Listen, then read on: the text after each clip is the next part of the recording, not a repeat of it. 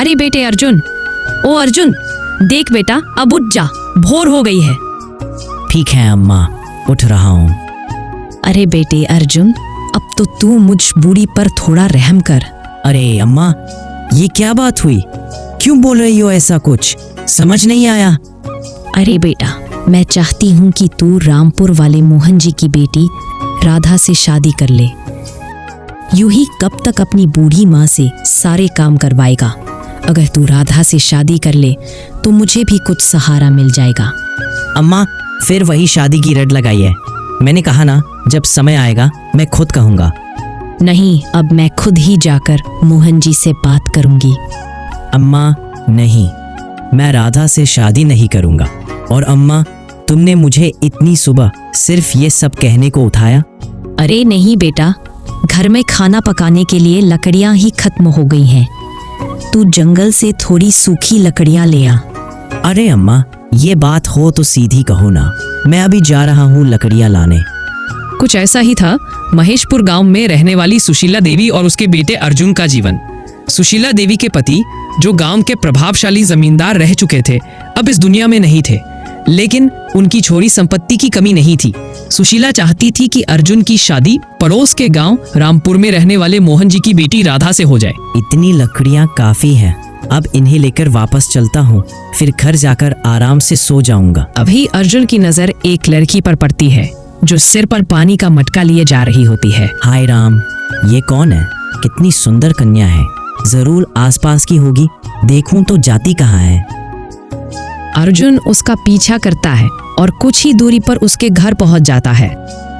तो ये लड़की यही रहती है। दरवाजे पर एक बुजुर्ग मिलते हैं जो अर्जुन को उसके घर की तरफ आता हुआ देखता है। बेटा, कहाँ जा रहे हो?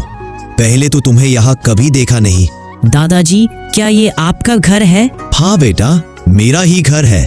पर तुम कौन हो? मैं महेशपुर के जमींदार हरिराम जी का बेटा अर्जुन हूँ। अच्छा, तो तुम हरिराम जी के बेटे हो? आओ भीतर आओ। नहीं बाबा, मैं जंगल से लकड़ी काटने आया था। प्यास लगी थी तो इधर चला आया। प्रिया, जरा पानी ले आ बेटी। बाबा, ये आपकी बेटी है? नहीं बेटा, ये मेरी नातिन है।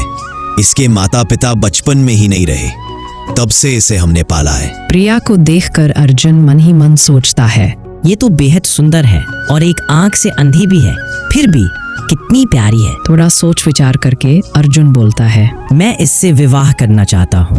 बेटा, हम गरीब लोग हैं। तुम तो जमींदार के बेटे हो, अमीर खानदान से ताल्लुक रखते हो। मेरी नातिन से शादी कैसे करोगे तुम? ना मैं दहेज दे सकता हूँ और ना ही महंगी गाड़ियाँ। और अगर कल को तुम्हारे घर वालों ने मेरी फुल सी नातिन को घर से निकाल दिया तो कहाँ जाएगी वो? क्या होगा उसका? बाबा, रिश्ते दौलत से नहीं बनते। मुझे आपकी नातिन पसंद है। मैं मानता हूँ कि आपकी चिंता सही है, इसलिए अगर आप चाहें तो आप मेरी परीक्षा भी ले सकते हैं। मैं तैयार हूँ। अच्छा ठीक है, तो तुम कल वापस हमारे घर आना और दिन भर यही रहना हमारे साथ। मंजूर है तुम्हें? ठीक है बाबा, मैं आता हूँ कल। अभी चलता हूँ, आप दोनों अपना ध्यान रखना।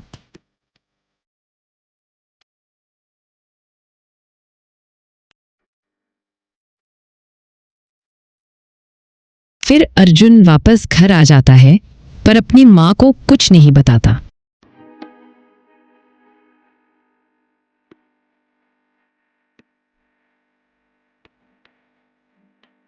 माँ, मैं एक काम से अपने दोस्त बिरजू के घर जा रहा हूँ। मुझे आने में देर हो जाएगी। तुम इंतजार मत करना, खाना खा लेना। बस इतना बोलकर अर्जुन प्रिया के घर चला जाता है। वो मन ही मन बहुत खुश होता रहता है। आज उससे मौका मिलने वाला था खुद को साबित करने का। आ गए अर्जुन तुम? अच्छा हुआ जल्दी ही आ गए। एक काम कर दो, यहाँ रखी लकड़ियाँ तोड़ दो, खाना बनाने के काम आएगी। ठीक है बाबा।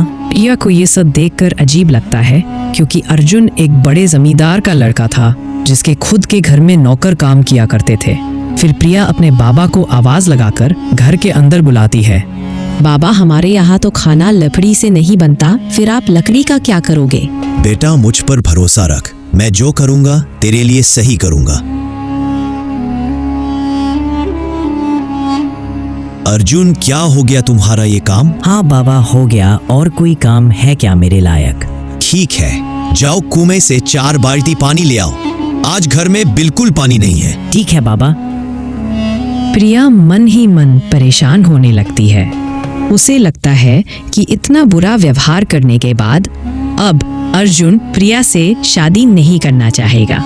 फिर थोड़ी देर बाद बाबा ने गांव के ही एक आदमी को बुलाया जिसका नाम था नारायण। फिर नारायण को बाबा ने धीरे से बोला, चलो नारायण, जल्दी चलो, अर्जुन भी कुएं के पास ही गया है। फिर नारायण और प्रिया के बाबा दोनों ही अर्जुन के पीछे चले जाते हैं। प्रिया खड़े खड़े सब देखती रहती है क्योंकि उसको कुछ नहीं पता था। फिर नारायण आगे जाकर अर्जुन से बात करता है और प्रिया के बाबा पेड़ के पीछे छुप जाते हैं। क्या हुआ अर्जुन भाई, आज तुम्हारे घर के नौकर काम पर नहीं आए क्या? बात तो कुछ अजीब सी लग रही है। नहीं, ऐसा कुछ नहीं है। वो क्या है ना, यहाँ एक बूढ़े बाबा रहते हैं अपने नापी के साथ। मैं तो बस उनकी ही मदद कर रहा हूँ। तुम उनके घर का काम क्यों कर रहे हो? क्या वो तुम्हारे कोई रिश्तेदार है? अरे नहीं, और किसी की मदद करने के लिए रिश्ता होना जरूरी तो नहीं होता। वैसे मुझे उनकी नातिन बहुत पसंद है। ये क्या बोल रहे हो तुम? तुम्हें पता है ना कि वो एक आंख से अंधी है, फिर भी ऐसी लड़की तुम्हें क्यों पसंद है? हाँ, मैं सब जानता हूँ, लेकिन फिर भी वो मुझे बहुत पसंद है। मैंने तो सोच लिया है, अगर मैं शादी करूंगा तो सिर्फ उसी लड़की से करूंगा और उसे जिंदगी भर बहुत खुश रखूंगा। ठीक है भाई, जैसी जिसकी किस्मत है, बस तुम खुश रहना और जो भी फैसला लो दिल से लेना। बस इतना बोलकर नारायण वहां से चला जाता है और प्रिया के बाबा भी घर आ जाते हैं। और थोड़ी ही देर में अर्जुन सारी बाल्टियां भर देता है और थक कर पेड़ के नीचे बैठ जाता है। क्या हुआ बेटा, थक गए क्या? मैंने तुमसे ज्यादा काम तो नहीं करवा लिया? नहीं नहीं बाबा, ऐसा कुछ नहीं है। आप बताइए, और कुछ काम है क्या मेरे लायक? नहीं बेटा, तुम्हें और कुछ काम करने की जरूरत नहीं है। तुम अब अपने घर जा सकते हो। कल सुबह आना बेटा, घर पर तुमसे कुछ बात करनी है। ठीक है बाबा, मैं सुबह आता हूँ आपसे मिलने। बस इतना बोलकर अर्जुन अपने घर चला जाता है। अर्जुन के जाते ही वहां नारायण आ जाता है। जैसा आपने बोला था, मैंने अर्जुन से बिल्कुल वैसे ही सवाल किए, पर अर्जुन का विश्वास देखकर मुझे लगता है कि वो प्रिया का सच में अच्छे से ध्यान रखेगा और उसके लिए अर्जुन से अच्छा लड़का और कोई नहीं हो सकता। आपका क्या कहना है? हाँ, मुझे भी यही लगता है। अर्जुन का दिल साफ है और उसके इरादे नेक हैं। प्रिया उसके साथ जरूर खुश रहेगी। अगले दिन अर्जुन प्रिया के घर पहुंच जाता है। आओ बेटा, आओ। बेटा अर्जुन, मुझे समझ आ गया है कि तुम मेरी प्रिया का अच्छे से ध्यान रखोगे और प्रिया को भी तुम पसंद हो, इसलिए तुम दोनों शादी कर सकते हो। मेरा आशीर्वाद हमेशा तुम्हारे साथ है। आबा, आपका बहुत बहुत धन्यवाद कि आपने मुझ पर विश्वास किया। मैं आपका और प्रिया का विश्वास कभी नहीं तोड़ूंगा। मैं हमेशा प्रिया का ख्याल रखूंगा और उसे खुश रखूंगा, यही मेरा वादा है। अर्जुन और प्रिया दोनों ही बहुत खुश हो जाते हैं। फिर अर्जुन प्रिया से शादी करके उसे अपने घर ले आता है। माँ, देखो माँ, मैं अपने साथ तुम्हारी बहू को लाया हूँ। क्या तूने शादी कर ली? पर ये लड़की कौन है? कहाँ से लाया है तू इसे? और तूने मेरी पसंद की लड़की से शादी क्यों नहीं की? बोल। माँ, ये प्रिया है, बहुत ही अच्छी लड़की है। और रही बात तुम्हारी पसंद की लड़की से शादी करने की, तो माँ तुम्हें पता नहीं है, मैंने एक दिन उस लड़की के घर वालों को बात करते हुए सुना था। उन लोगों की बुरी नज़र हमारे खेत और पैसों पर थी, इसलिए मैंने तुम्हें उस लड़की से शादी करने के लिए मना कर दिया था। मुझे प्रिया जैसी लड़की चाहिए थी जो लालच न रखे और दिल से नेक हो। अब माँ, जल्दी से हमें, मुझे और प्रिया को अपना आशीर्वाद दे दो। अर्जुन की माँ मन ही मन सोचती है, ये लड़का मेरी पसंद की लड़की तो लाया नहीं, पता नहीं किस अनपढ़ और बेढंगे स्वभाव वाली को घर ले आया है। लेकिन मैं भी देखूंगी ये कब तक हमारे घर में टिक पाती है। मैं तो अपने बेटे की शादी उसी लड़की से करवा कर ही मानूंगी। कहाँ वो पढ़ी लिखी, सुसंस्कृत और कितनी समझदार, और कहाँ ये। लेकिन अभी मुझे शांत रहना होगा। अर्जुन की माँ बिना कुछ बोले चुपचाप वहां से चली जाती है। क्या आपकी माँ मुझसे नाराज है? क्या मैं उन्हें पसंद नहीं हूँ? नहीं भाग्यवान, वो तुमसे नहीं मुझसे नाराज है। पर कोई बात नहीं, कुछ समय में सब कुछ ठीक हो जाएगा। माँ प्रिया से घर के सारे काम करवाती थी और जब अर्जुन घर में नहीं रहता था तब माँ प्रिया को बहुत बुरा भला भी सुनाती थी। लेकिन प्रिया माँ को कभी कुछ नहीं बोलती थी। प्रिया की चुप्पी का माँ हमेशा फायदा उठाती और उसे बहुत सुनाती थी। पर प्रिया माँ के साथ बिल्कुल अपनी सगी माँ की तरह व्यवहार करती थी। वो कभी माँ की बातों का बुरा नहीं मानती और न ही कभी अर्जुन से माँ की शिकायत करती। प्रिया ओ प्रिया, चल मेरे साथ नदी से पानी लाना है। चल जल्दी, घर में बहुत काम है। प्रिया अपनी सास के साथ पानी भरने चली जाती है, पर वो अपनी सास के बुरे इरादों से बिल्कुल अनजान थी। बेटा, तू एक काम कर, तू पानी भरकर मुझे देना, मैं बाल्टी रखने का काम कर लूंगी। मुझे ना नदी से डर लगता है, इसलिए मैं नदी के पास नहीं जाऊंगी। ठीक है माँ, आप चिंता मत कीजिए, मैं पानी भर लेती हूँ। मामा बचाओ मुझे, हे भगवान बचाओ कोई। बहुत शौक था ना तुझे मेरे घर की बहू बनने का, अब मैं भी देखती हूँ कैसे नहीं करता मेरा बेटा मेरी पसंद की लड़की से शादी। बेटा बेटा, मैं और बहू नदी पर पानी भरने गए थे। मैंने बहू से कहा कि तुम बाहर रहो, मैं ही जल लाती हूँ, पर बहू मेरी बात नहीं मानी और खुद नदी के पास जाकर पानी लेने लगी। अचानक बहू का पैर फिसला और वह गिर गई। मैं उसे बचा नहीं पाई। क्या माँ, ये क्या बोल रही हो तुम? कहाँ है मेरी प्रिया? मुझे सच सच बताओ माँ, प्रिया कहाँ है? मैं जा रहा हूँ माँ प्रिया को देखने। मैं उसे ढूंढ कर ही रहूंगा माँ, जब तक उसे पा ना लूं चैन से नहीं बैठूंगा। वो मुझे छोड़कर नहीं जा सकती, कभी नहीं। मैं उसे वापस लेकर ही आऊंगा। रहा, पर उसे प्रिया कहीं नहीं मिली। आखिरकार अर्जुन बहुत उदास हो गया। उसकी आंखों में हमेशा गम और दिल में खालीपन बस गया। पर किस्मत का खेल तो अभी बाकी था।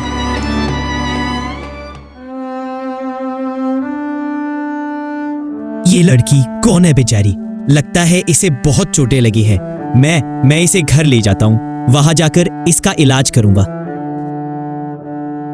फिर पंडित जी प्रिया को घर ले आते हैं और अपनी पत्नी से उसका इलाज करने के लिए कहते हैं। ये लड़की कौन है पता नहीं, पर ये तो माँ बनने वाली है, इसलिए हमें इसका खास ध्यान रखना चाहिए जी। पंडित जी प्रिया को अपने घर में ही रख लेते हैं।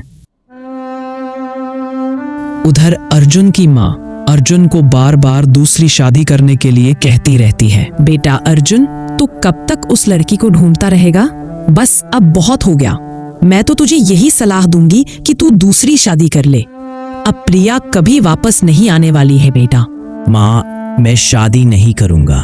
अभी प्रिया को गए 1 साल भी नहीं हुआ। मैं शादी कैसे कर सकता हूँ? मैं जा रहा हूँ बाहर। मैं कहाँ हूँ? मुझे क्या हुआ है? बेटा, तुम ठीक हो ना? हाँ पिताजी, मैं ठीक हूँ। मुझे क्या होगा? और माँ, मुझे ना बहुत तेज भूख लग रही है, मुझे कुछ खाने के लिए दो ना। हाँ बेटा, अभी देती हूँ, तू यही बैठ, मैं तेरे लिए कुछ लेकर आती हूँ। सुनो जी, मुझे लगता है इस लड़की की याददाश्त चली गई है। क्यों ना हम इसे अपने घर में ही रख लें। हमारे अपने तो बच्चे हैं नहीं, शायद यही ईश्वर की मर्जी हो। हाँ, मैं भी यही सोच रहा था।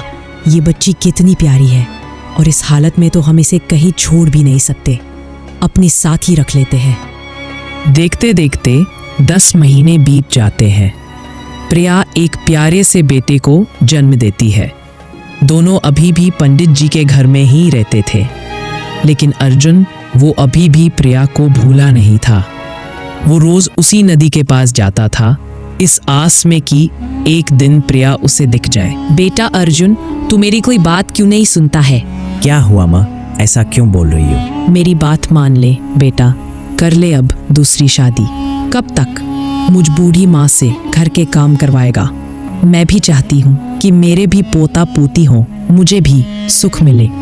मान भी ले अब मेरी बात, जो हो गया वो तो हमारा नसीब था, अब भूल जा सब।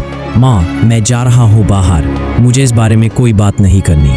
अर्जुन नदी के पास चला जाता है और एक पेड़ के नीचे जाकर बैठ जाता है। पंडित जी की पत्नी उसी नदी पर पानी भरने आती है और पानी भरते भरते उनका पैर फिसल जाता है और वे वहीं गिर जाती है। अरे आप ठीक है ना? हाँ बेटा, ठीक हूँ मैं। मेरा ध्यान नहीं था, इसलिए पैर फिसल गया। ठीक है, कोई बात नहीं, मैं आपकी मदद कर देता हूँ।